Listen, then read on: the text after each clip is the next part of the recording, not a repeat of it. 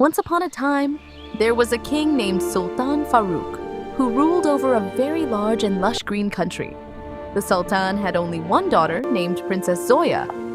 The Sultan loved his daughter excessively, which is why everyone in the whole country called her Ladli Shahzadi, the beloved princess. Zoya had every blessing in the world. Her clothes were made of silk and gold threads, her food was served in silver utensils, and every whim of hers was fulfilled instantly. However, this immense love had made her a bit stubborn and arrogant. She believed that every happiness, every relationship, and every emotion in the world could be bought only with money and the throne.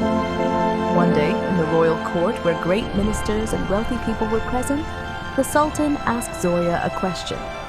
"Daughter, what do you think? Is all this happiness and respect you have because of my treasure and my kingdom?"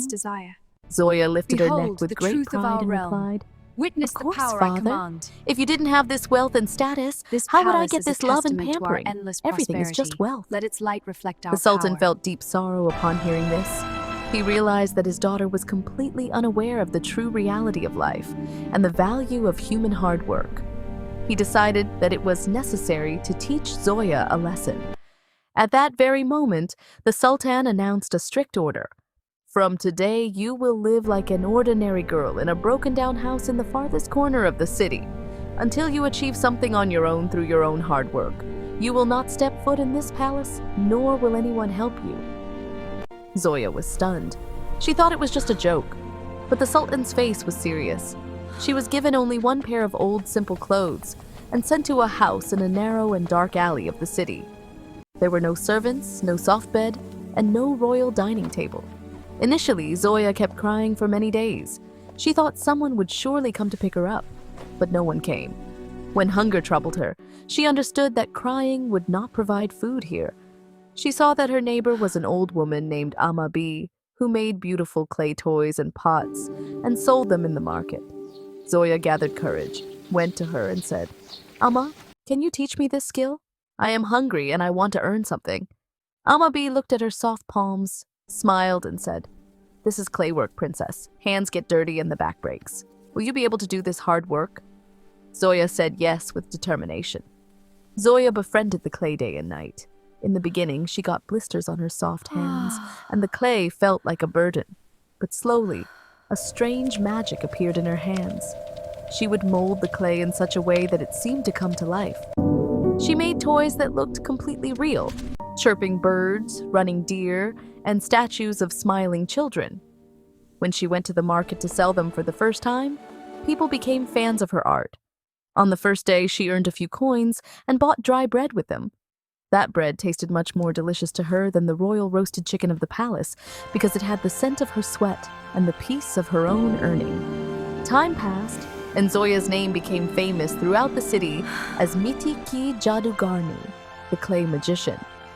People came from far and away to buy the pots she made. Through her hard work, she gathered so much wealth that she repaired Amma B's broken house and opened a skills center for the poor children of the city, where she taught them clay work. When these news reached the Sultan, his head would lift high with pride. He was happy that his Ladli Shahzadi had learned to create her own destiny.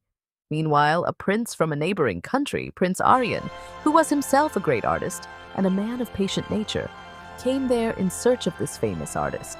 Seeing Zoya's simplicity, her smile, and the skill of her hands as she sat in the market as an ordinary girl, he became a fan of her. When he found out that she was the same princess whom the Sultan had sent away, he went to the Sultan's court and asked for Zoya's hand in marriage. The Sultan called Zoya to the palace and asked, "Daughter, do you still believe that happiness lies only in the throne?" Zoya bowed her head before the crowd and said, "No, father. A throne can be snatched away, but the skill and respect I have earned through my hard work, no one can snatch that. Real happiness lies in hard work and serving others."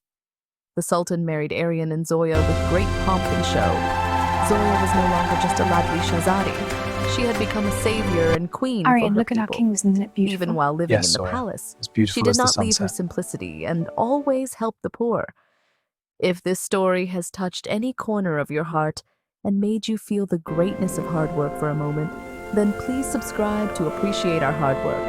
This will be the biggest reward for us from your side. Like the video and tell us in the comments,